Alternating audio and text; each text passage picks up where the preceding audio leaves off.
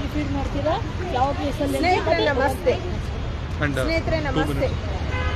ನಾನು ಪ್ರಾಣಿ ಪ್ರಿಯೆ. ನನ್ನ ಹೆಸರು ಲಕ್ಷ್ಮಿ.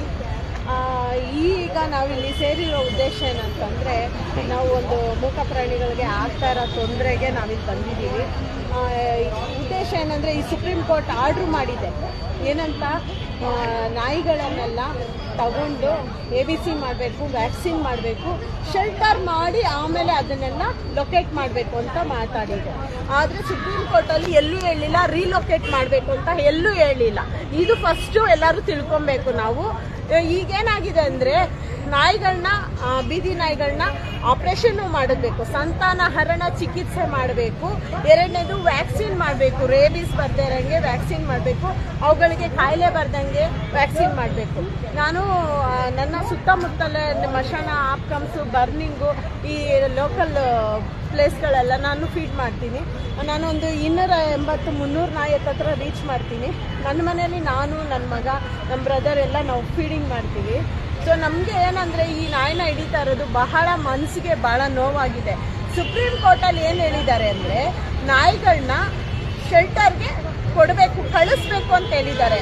ಆದರೆ ಇಲ್ಲಿ ಸೊಸೈಟಿಯಲ್ಲೆಲ್ಲ ನಾಯಿಗಳನ್ನ ಆ ಥರ ಜಡ್ಜ್ಮೆಂಟ್ ಆಗಿದ ತಕ್ಷಣ ಇವ್ರೇನು ಮಾಡ್ತಾರೆ, ಹೊಡಿಯೋದು, ಸಾಯಿಸೋದು, ವಿಷ ಹಾಕೋದು, ನಾಯಿನ ರೇಪ್ ಮಾಡೋದು, ಕತ್ತು ಕುಯ್ಯೋದು, ತಗೊಂಡೋಗಿ ಮೋರಿಯಲ್ಲಿ ಹಾಕೋದು, ಭಯಂಕರವಾಗಿ ಚಿತ್ರಹಿಂಸೆ ಕೊಡ್ತಾ ಇದ್ದಾರೆ. ಎಷ್ಟು ಚಿತ್ರಹಿಂಸೆ ಅಂದರೆ ಹೇಳ್ಕೊಳಕ್ಕೆ ಸಾಧ್ಯ ಇಲ್ಲ.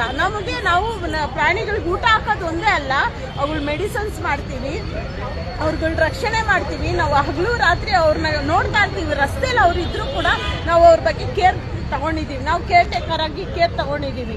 ಈಗ ನಮ್ಮ ಮನಸ್ಸಿಗೆ ಏನಾಗಿದೆ, ಇಲ್ಲಿ ನೋಡಿರೋ ನಾಯಿ ಇಲ್ಲ ಅಂದಾಗ ನಮ್ಗೆ ಭಾಳ ನೋವಾಗುತ್ತೆ. ಮತ್ತು ಎಲ್ಲಿರೋ ನಾಯಿ ಎಲ್ಲ ಇಲ್ಲಿ ಬಂದಿದ್ದಾವೆ. ಇಲ್ಲಿ ನಮ್ಮ ರಸ್ತೆಯಲ್ಲಿರೋದು ಒಂದು 5-6 ನಾಯಿ ಇದೆ. ಬಟ್ ಆ ನಾಯೆಲ್ಲ ನಮ್ಮ ನಾಯಿ ಅಲ್ಲ. ಎಲ್ಲಿರೋ ನಾಯಿ ಇಲ್ಲಿ ಬಂದಿದೆ, ಇಲ್ಲಿರೋ ನಾಯಿನ ಬೇರೆ ಕಡೆ ಬಿಡ್ತಾ ಇದ್ದಾರೆ. As a supreme court order ಅವರೆಲ್ಲ ಉಲ್ಲಂಘನೆ ಮಾಡಿ ಬದುಕ್ತಿದ್ದಾರೆ. ನಾನು ಹೇಳೋದಷ್ಟೇ, ಕರೆಕ್ಟಾಗಿ ತಿಳ್ಕೊಳ್ಳಿ. ರೀಲೊಕೇಟ್ ಮಾಡೋದು ಒಳ್ಳೇದಲ್ಲ. ಅದು ಬೇರೆ ಇರೋ ಪ್ರಾಣಿಗಳು, ಆ ಪ್ರಾಣಿ ಹೊಂದ್ಕೊಳಕ್ಕಾಗಲ್ಲ. ಆದರೆ ಸುಪ್ರೀಂ ಕೋರ್ಟಲ್ಲಿ ಆರ್ಡರ್ ಆಗಿರೋದು ಇಷ್ಟೇ, ಪ್ರಾಣಿಗಳನ್ನೆಲ್ಲ ಶೆಲ್ಟರ್ ಮಾಡಬೇಕು, ಅಲ್ಲಿ ಮೆಡಿಸಿನ್ಸ್ ಕೊಡಬೇಕು, ಊಟ ಕೊಡಬೇಕು, ನೀರು ಕೊಡಬೇಕು, ಬಿಸಿಲು, ಗಾಳಿ, ಮಳೆ ಎಲ್ಲ ಒಂದು ಫೆಸಿಲಿಟಿ ಇರಬೇಕಂತ ಸುಪ್ರೀಂ ಕೋರ್ಟ್ ಹೇಳಿದೆ. ಆದರೆ ಅವರು ಏನು ಮಾಡ್ತಾರೆ, ABC ಸೆಂಟ್ರಲ್ಲಿ ಟೆಂಡರ್ಗಳು ಹಾಕೊಂಡು ಕಳ್ಳತನ ಮಾಡ್ತಾ ಇದ್ದಾರೆ, ನಾಯಿಗಳನ್ನ ದೋಚ್ತಾ ಇದ್ದಾರೆ.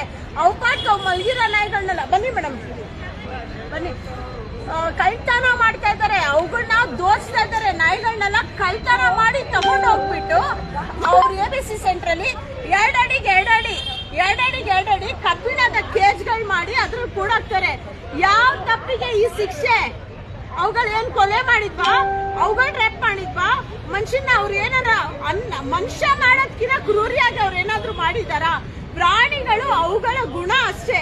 ಕಚ್ತವೆ ಅಂತ ಎಲ್ಲಾ ಪ್ರಾಣಿ ನಾನು ತಗೊಂಡೋಗಿ ಡಾಗ್ ಬೈಟ್ ಕೇಸ್ ಶೆಲ್ಟರ್ ಅಲ್ಲಿ ಹಾಕಿ ಅಂತ ಹೇಳಿದ್ದಾರೆ ಸುಪ್ರೀಂ ಕೋರ್ಟ್. ಕೇಜ್ ಅಲ್ಲಿ ಕೂಡಾಕಿ ಜೈಲಲ್ಲಿ ಹಾಕಿ ಅಂತ ಹೇಳಿಲ್ಲ ಅಲ್ಲ, ಎಲ್ಲ ಹೇಳಿಲ್ಲ. ಆದ್ರೆ ಇವ್ರು ABC ಸೆಂಟರ್ ಅವರೆಲ್ಲ ತುಂಬಾ ಮೋಸ ಮಾಡ್ತಾ ಇದ್ದಾರೆ.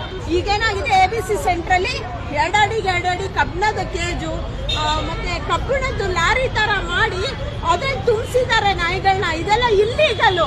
ಇದನ್ನ ನಾವು ಮಾತಾಡಿ ಇದನ್ನ ಒಂದು ಕಾನೂನು ಇಲ್ಲ ಈ ರೀತಿ ಅಂತ ಹೇಳಕ್ ಹೋದ್ರೆ, ಇವರು ಮೇಲಧಿಕಾರಿಗಳನ್ನೆಲ್ಲ ಮೀಟ್ ಮಾಡಿ ABC ಸೆಂಟ್ರಲ್ಲೇ ನಾಯಿಗಳನ್ನ ಹಾಕ್ಬೇಕಂತ ಹೇಳ್ಬಿಟ್ಟು ಇವರೇ ಕಾನೂನು ಬರಿಕೋತಾ ಇದ್ದಾರೆ. ಇದನ್ನೆಲ್ಲ ನಮ್ಗೆ ನೋಡಕ್ ಸಹಿಸಕ್ ಆಗ್ತಿಲ್ಲ. ಆದ್ರೆ ಮೂಕ ಪ್ರಾಣಿಗಳಿಗೆ ಬಹಳ ದೌರ್ಜನ್ಯ, ಅನ್ಯಾಯ ಆಗ್ತಿದೆ. ಸುಪ್ರೀಂ ಕೋರ್ಟ್ ಅಲ್ಲಿ ಆರ್ಡರ್ ಕೊಟ್ಟಿರೋದೇನಂದ್ರೆ, ನಾಯಿಗಳನ್ನ ತಗೊಂಡು ಶೆಲ್ಟರ್ಗೆ ಹಾಕಿ ಅಂತ. ಆದ್ರೆ ABC ಸೆಂಟ್ರಲ್ಲಿ ಕೂಡಾಕ್ತಾ ಇದ್ದಾರೆ, ಊಟ ಆಗ್ತಾ ಇಲ್ಲ. ಅವುಗಳಿಗೆ ನಾಯಿನ ತಿಂತಾರೋ ವಿಡಿಯೋಸ್ ಎಲ್ಲ ಇದೆ. ಸೊ ಇಷ್ಟು ಭಯಂಕರವಾಗಿದೆ. ನಾಯಿನ ತಿನ್ನೋದು ಏನಕ್ಕೆ? ಊಟ ಇಲ್ಲ ಅಂತ ತಿನ್ನೋದು. ಅದೇ ನಾವು ಫೀಡರ್ಸ್ ಊಟ ಹಾಕ್ತಾ ಇದೀವಿ, ನಾವು ಊಟ ಹಾಕೋದಕ್ಕೂ ನಮ್ಮನ್ನೂ ಬಿಡ್ತಿಲ್ಲ, ನಾಯಿಗಳನ್ನ ರಸ್ತೆಯಲ್ಲಿ ನೆಮ್ಮದಿಯಾಗಿರೋಕ್ಕೂ ಬಿಡ್ತಿಲ್ಲ. ಬಹಳ ನೋವಾಗಿದೆ. ನಾನು ಬೀದಿ ನಾಯಿಗೆ ಊಟ ಹಾಕ್ತೀನಿ, 280-300 ನಾಯಿ ರೀಚ್ ಮಾಡಿದ್ದೀನಿ ಡೈಲಿ. ನನಗೆ ಭಯ ಆಗ್ತಿದೆ. ಭಯ ಆಗ್ತಾ ಇದೆ. ಇನ್ನೊಂದು ಕರ್ಕೊಂಡು ಹೋಗ್ತಾರೆ, ಆ ನಾಯಿಗಳಿಗೆ ಆಸ್ಕೆ ಇಲ್ಲ.